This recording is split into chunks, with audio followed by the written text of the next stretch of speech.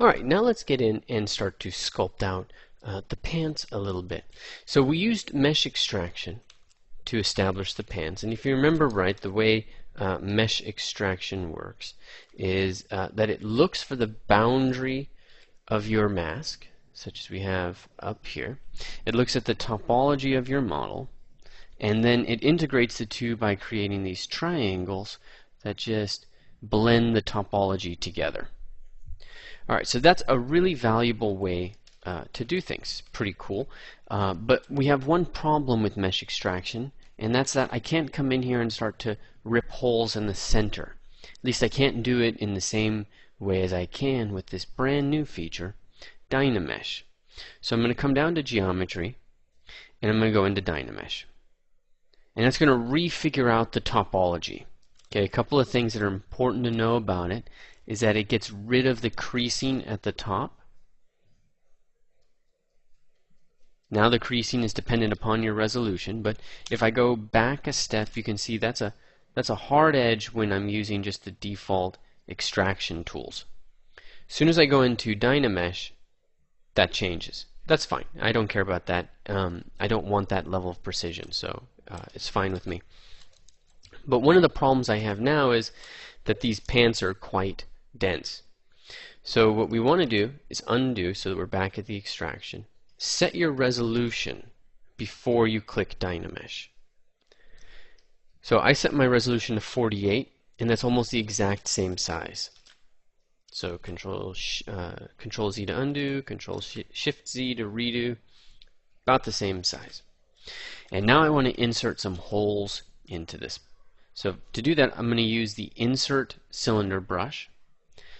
I'm going to press Alt and then click and drag out a little cylinder wherever I want to start to add a hole.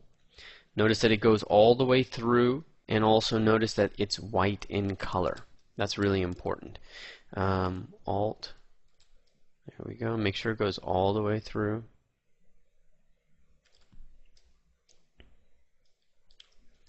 Okay, do we want holes in the front? Not a lot of holes happen in the back. So there. Where else do we want a hole? I think we'll leave it at that. Alright, when you're done and ready, Control, click and drag to clear the mask.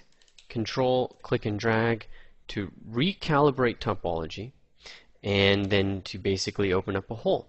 And since we already have thickness,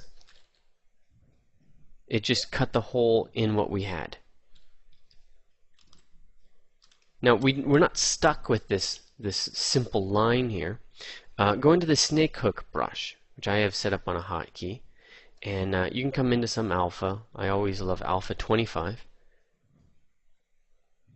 and just start to push and pull this around. You might turn polyframe off.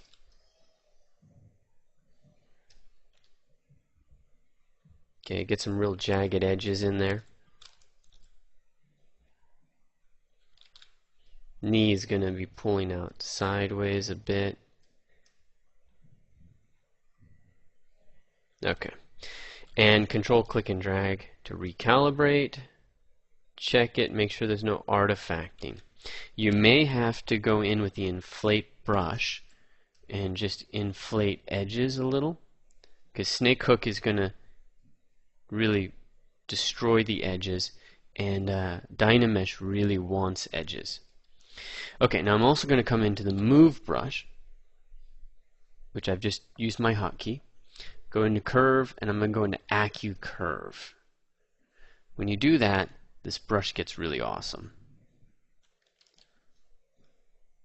Really nice, clean lines.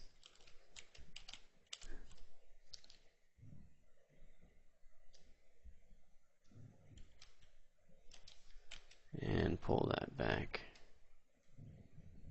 Yeah, about like that. And then why don't we get the edging here as well, since we're in with DynaMesh.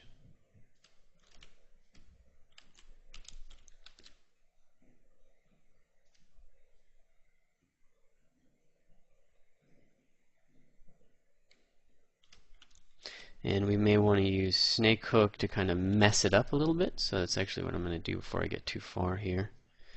Snake hook. And then I can use the move brush to just tweak it a little.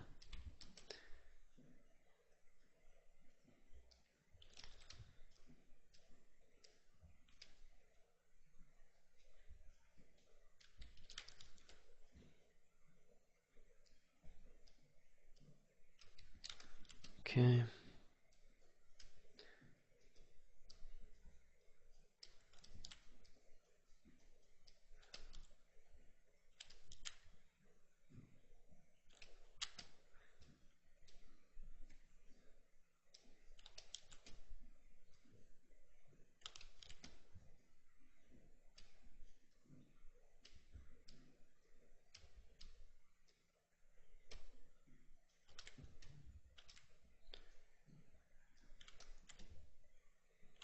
Alright, looking pretty simple, pretty easy, right? I love it. It's a detail, and we haven't even got into sculpting all the rest of it, but this is one of those things where I'm going to start to pull out the rest of the form from these details. A couple of variables to be mindful of at this stage. If I go in, control, click and drag, everything gets smoothed out, right?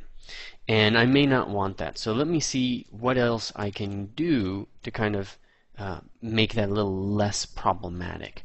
So one thing you can try is the project button.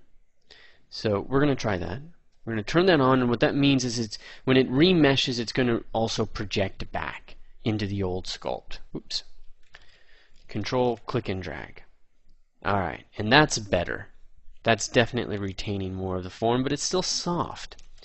So you have to start to make decisions. You know, am I going to leave these pants low res like this, which isn't low res per se, or should I increase my resolution and have that recalibrate it, relook at it, but at a higher subdivision level? You're going to get a lot more detail when you're at this 120 level than any others. But it does get a little bit difficult to sculpt. So I'm going to undo that. I'm going to set this back to 48 and remesh it.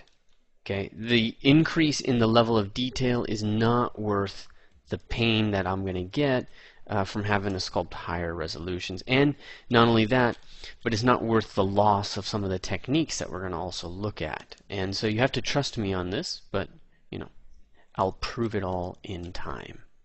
Okay, so that's the base mesh coming in there, and we're going from mesh extraction into DynaMesh.